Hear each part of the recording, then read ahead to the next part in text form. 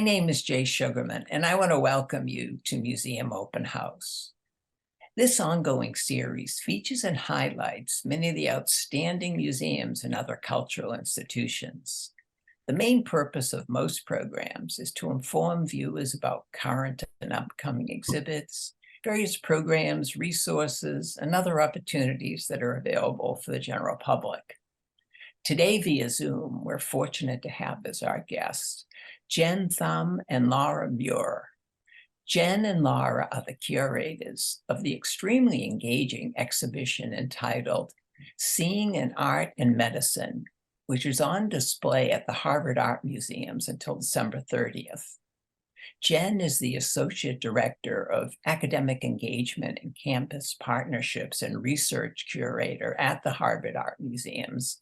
And Laura is the Interim Division Head and Director of Academic and Public Programs and Lewis Miller Thayer Research Curator. Seeing in Art and Medicine is based on the Seeing in Art and Medical Imaging program that provides a group of nuclear medicine and radiology residents from Boston's Brigham and Women's Hospital with the opportunity to participate in a year-long medical humanities program with the Harvard Art Museums. This exhibition brings together objects from across the collections that residents have explored as part of the Seeing in Art and Medical Imaging program. During this episode, we'll find out why and how both the Seeing in Art and Medical Imaging program and the Seeing in Art and Medicine exhibition came about. We'll go on a behind-the-scenes tour of the exhibition and in the process come to better understand and appreciate how the use of visual arts in medical school curricula can build visual literacy and in turn better inform and enhance the practice of clinicians in their medical settings. Let's start by meeting our guests and finding out all about the exhibition. Welcome, so delighted you're both able to be here. Thanks so much for having us. A couple of weeks ago, I had the wonderful opportunity to visit the exhibition, learned a lot, eager to find out more and have you inform viewers. But before we jump right to that, I think it would be of interest if each of you would just briefly share a little bit about your backgrounds, professional interest, perhaps your current position. Jen, would you please start? Sure. So I am actually an Egyptologist by training. My PhD is in archaeology. And so that is my art history specialty. But I find that I don't teach with that material as often as I teach with anything else. So the main part of my role is working with any interdisciplinary learning that happens at the museums. So typically that is Harvard University courses that visit the museums, but other collaborations as well. And my interest really is in museum pedagogy for interdisciplinary learning, but also outside of this exhibition, interdisciplinary learning with objects from the ancient world, which there are some in this exhibition. So I'm actually editing a book. It will be out in the spring called Teaching Ancient Egypt in Museums, Pedagogies and Practice, for example. So that's my area of interest. And one of the interdisciplinary programs that I teach at the museums is Seeing in Art and Medical Imaging. So that's my connection to the exhibition. Wonderful, thank you. Laura, a few words about yourself, please. Yeah, absolutely. I have had such a great time working with Jen on this exhibition. She's really the person who has the connection to this course. So I've actually learned a lot in the process. My background is in European modernist art and the history of photography. Jen and I are both research curators at the museum. So even though we're both in the Division of Academic and Public Programs, we have curatorial roles. So we periodically do curatorial projects that are mainly collections based, but our work at the museum is really to really engage the faculty and students at Harvard in the museum, in our collections, through teaching, co-curricular activities, and all kinds of other things that we offer at the museum. So this was, we'll probably get to it, but this was really kind of an experimental type of exhibition. It's not a show that we've a type of show that we've done before. So it was really wonderful for us to be able to team up and kind of shine a light on this kind of academic engagement that we have at the museums.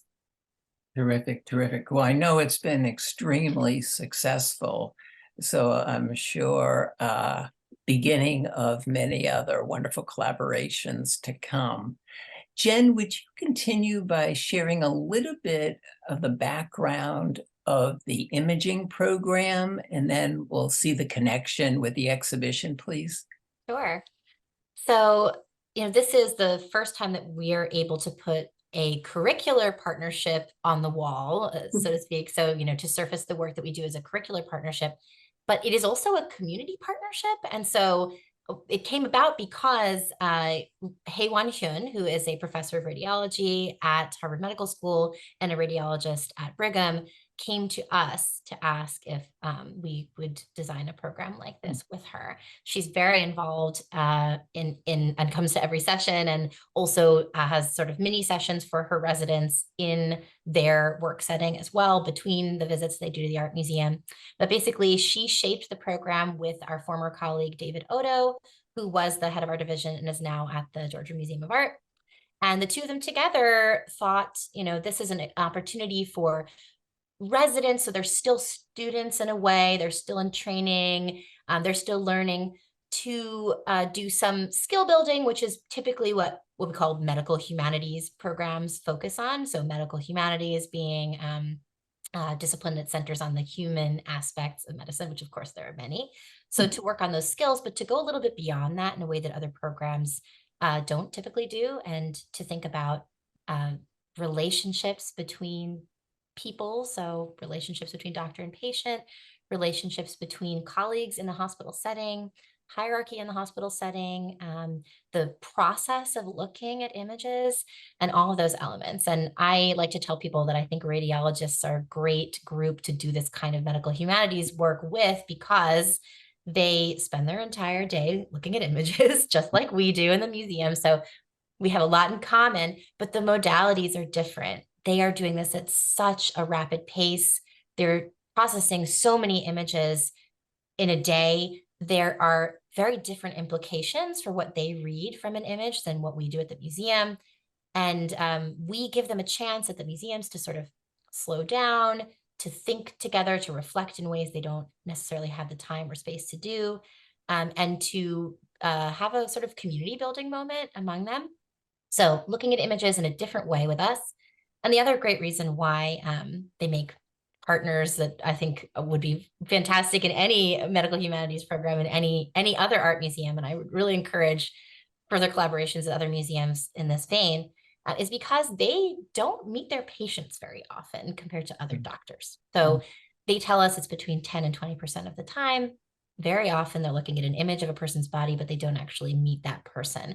And that means that they have unique challenges to work through that we can really help them work through in the art museum context. Hae-Won says this is the human to human connection that we're working on. And you'll see that in the exhibition, it's in the program, in the kinds of themes that we look at. So empathy, for example, power, care, and things like that.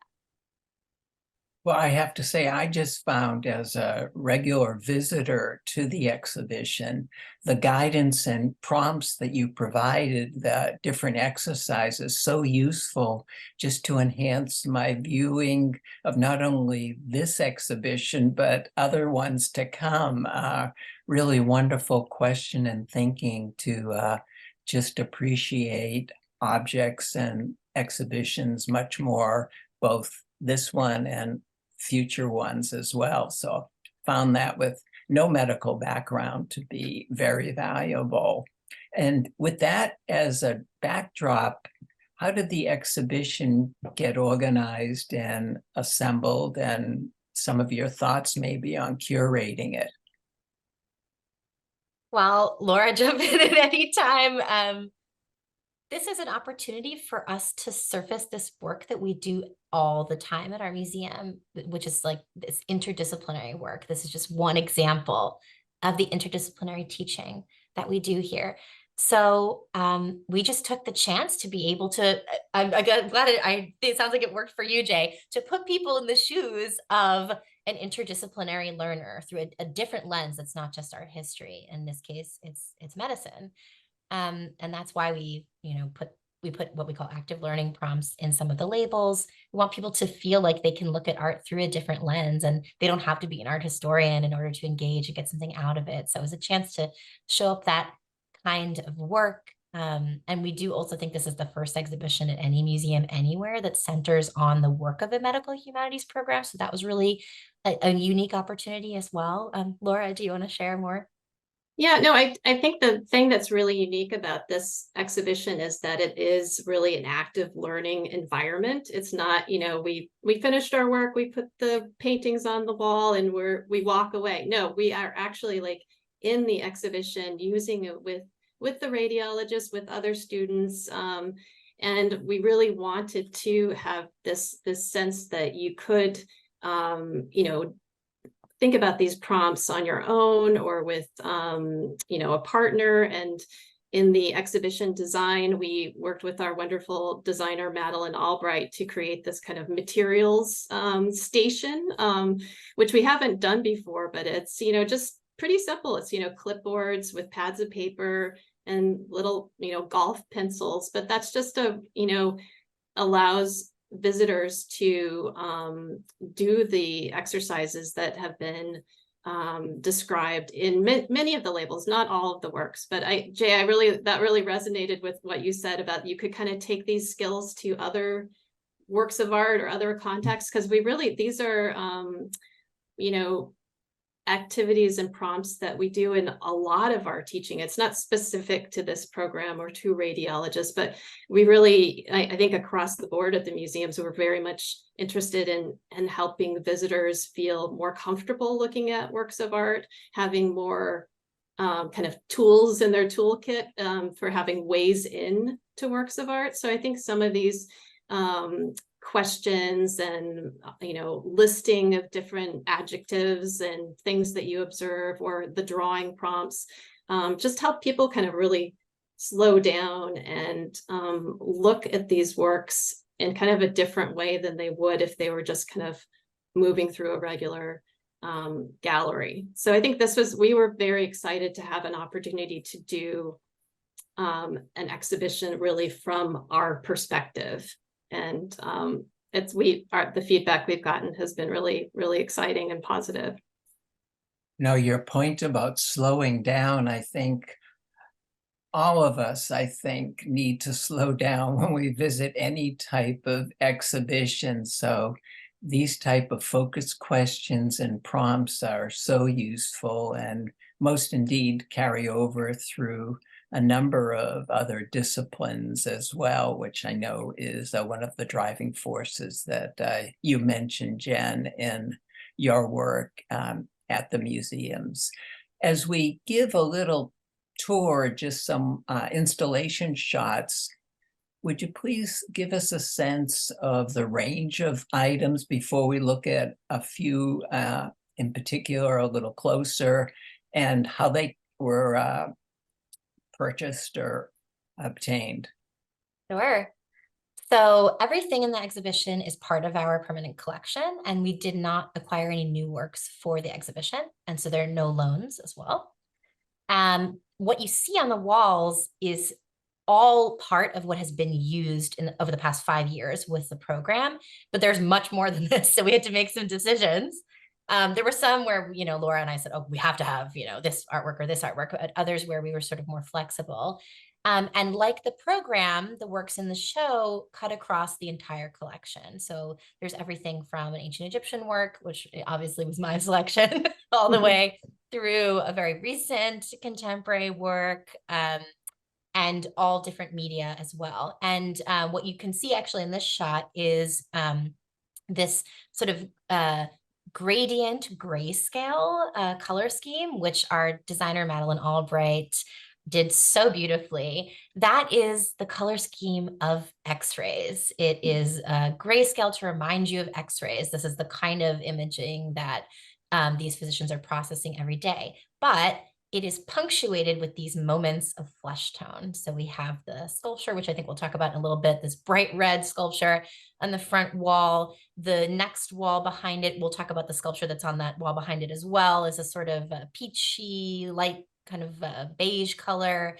And then this very colorful work also that's on the back wall. So it's almost like it's mirroring the two kind of modes that you see a human body in as a physician or as a radiologist. You see the body in these medical images, in x-rays and CT scans, but then you also, hopefully you will see the body as a body, like we see, our own bodies and each other. So it's a really nice way of thinking about the different modes that we process images in and the different ways we see bodies. Wonderful, wonderful. Well, let's take the opportunity to look at a few of the images, a little more detailed, and maybe give us a sense of how they're used with the residents, and just the opportunities that we as visitors can have when we visit and interact with the different items. One of you care to start with this first piece, please? Laura, it's up to you. Would you like to do this one or? Yeah, I could kick this off. We love this work. It's a work by the German contemporary artist Rosemary Trockel from 2006. So it's a relatively recent work of art, but we chose it for the theme of ambiguity, because when you're looking at this, and has such a physical, massive presence actually when you're in the gallery. It's a huge piece of ceramic that's placed on the wall, but you don't really know what you're looking at here. And I think for a lot of people, it's kind of a like disorienting and maybe frustrating and uncomfortable experience. And I've actually experienced that with groups when giving a gallery talk, because people really want to know what this is about. And it definitely, it has this very kind of bodily structure. It's called shutter. And it was actually cast from a piece of raw meat. So it has this relationship to kind of meat and flesh. But the structure is actually from a window shutter, but that gives it this sort of vertical spine and horizontal ribs. So it's kind of referencing the body as well as this sort of architectural type of structure. And then of course, this incredible, glossy red, deep, rich glaze, very much suggests the body or organs or blood. So I think this is wonderful for us to think about, just sort of getting comfortable with ambiguity, and maybe you're not going to know the answer right off the bat. Yes, and just to say that is so uncomfortable for doctors, especially ones who are used to having to find a diagnosis from an image. The idea that you can have two valid readings of something at one time can be really uncomfortable. So that's why ambiguity is an important theme for us in the program. Wonderful, wonderful. Jen, how about this one? So this is a photo by Fazal Sheikh. It was actually acquired in partnership with some of our student guides a few years ago. So it was a photograph that they, as well as our photography curator, Makita Best, at the time, thought that was really important to own. And we use this in the program. You'll see this in the label as well, as part of an exercise for thinking about objectivity and bias, and sort of checking our assumptions and slowing down and separating observations from interpretations. Radiologists actually do this all the time because their reports are separated into two sections. They have the findings section, which is kind of like observations, and the impressions section, which is like interpretation. So they do this all the time. And actually had the newest cohort for the 6th year last week. And one of the things we talked about is they said, well, we know what normal and abnormal look like. So in the frame of the images that they look at of the body, in x-rays and CTs and PET scans, they know what to look for. And I think that they can separate their observations from interpretations really well in that context. But once you bring them into the art museum, it's harder because these are images that they're not used to looking at. They're just different. So with this one, the prompt and the label is kind of like that. We ask you to resist the temptation to interpret and make some observations. And it is really hard. It's hard to not read into the emotions of these three figures, for example, or to speculate on what the situation is between them. Are they relatives? Are they friends? They're both, actually. So the woman in the center is the mother of the girl on the left, and then it's a family friend on the right. But beyond that, you'll see in the show, we've actually paired this with another photo by Dorothea Lange that is of the migrant mother and her children. And together, the two photos produce this really interesting dialogue about consent, which we didn't talk about before in the program because we hadn't paired the photos together before. But so now we go beyond observation and interpretation to think about the relationship between the photographer and the subject and how that is maybe mirrored in relationships between a physician and a patient, especially if you don't meet your patient. So here, Sheikh co-created this image with his subjects. He asked them to choose their own pose. They asked him to be photographed. And so they are fully like partners in the creation of this image, and their names are the title of the photograph.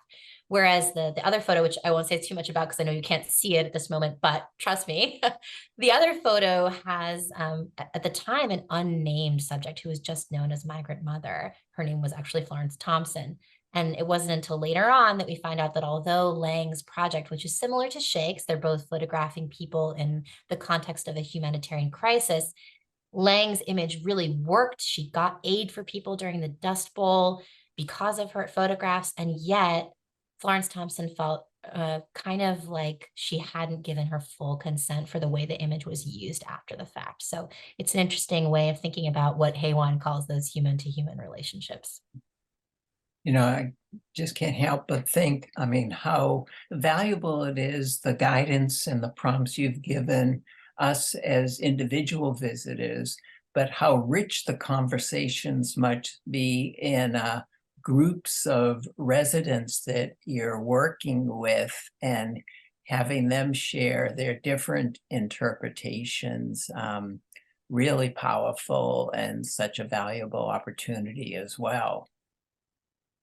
Maybe I'll just add something that relates to this photograph and the one next to it. And I just learned so much we actually visited Haywan and her colleagues actually in the radiology lab at the hospital, but just to kind of hear about the way that they structure their reports, the findings and impressions, but also kind of their looking process, how they the order in which they kind of take in information. And one thing that we talk about in the exhibition is with some of the photographs especially is looking at the image first before reading the additional information. Radiologists will often decide to look at the x-ray first and then read the patient history. They don't want to kind of bias themselves beforehand by knowing about like this is a mother or something else. And they've, I think Haywan even said that once she does that and then she looks at the history and then she goes back and looks again at the image. But I think that's something I can learn from as an art historian, just thinking about the way that I kind of consume images and information and how I can learn more by working with these colleagues. Very much so. Well, we might have time for one additional image. Either of you want to start on this one, please? That is squarely in Jen's area. Right. This is a Greek grave stela. So it is a grave monument. And I just want to say first, this is a sort of pet project of mine, is to get people to realize how strange it is that we have people's funerary monuments in a very kind of sanitized state throughout museums around the world. These belong to individual people. And so this is one of many examples of funerary objects in our collection that are on display as if they were meant to be art in the modern sense, which of course they were not. So they were functional objects. But we use this stela typically to have conversations about empathy, but it's kind of a little bit of a road to get there. So we start sort of picking this image apart, and we talk about the fact that in ancient art, especially because we don't live in ancient Greece, for example, there's a sort of code of symbols that you have to learn in order to understand what's happening in an image, like iconographically. And once you learn that, you have an easier time picking apart these images. And it's very similar for radiologists, for example. They know, like I said, normal versus abnormal. If I look at an X-ray, I can look at the exact same image as them. And because I'm not trained to look at it, I don't know this code of symbols, I'm not going to be able to read it the same way that they do. So we pick apart this image together, and we eventually come to the fact that because of what it shows, we know that the woman it belonged to, who's shown here, died in childbirth. And we talk about the sort of sadness of the situation that anyone can appreciate, whether they're a person who can give birth or has given birth or not. And then after that part of the conversation, that's when we talk about the fact that there is a small piece of kind of personal information that is remaining on this object. So most of the inscription is no longer there. You can see it's broken at top left. But on top right, it is actually preserved just a little bit, and it only preserves one word, and the word is in ancient Greek, daughter. And so this is like what Laura was saying, looking at the patient history versus looking at the images, and when you do that, how that affects your reading and how that affects maybe looking again or how you feel about the person behind the image. Does knowing, reminding yourself that this was someone's daughter, that maybe she had a daughter, that she was a real person, does that change the way you think about her? Does it make you think about her as more than just a generic ancient Greek woman in stone, of which there are many in our museum and in other museums around the world? So it's adding that little bit of personhood back into the conversation. And it's really relevant for doctors who are often looking at images, but not meeting the people behind them. Very interesting. You know, in the limited time, just a minute or two we have left, I know there's additional programming that people can find on the website. Could you give us a little sense of some of the upcoming opportunities that visitors can take advantage of, please? Sure. Laura, do you want to say about okay, I will just yeah, I'll just jump in.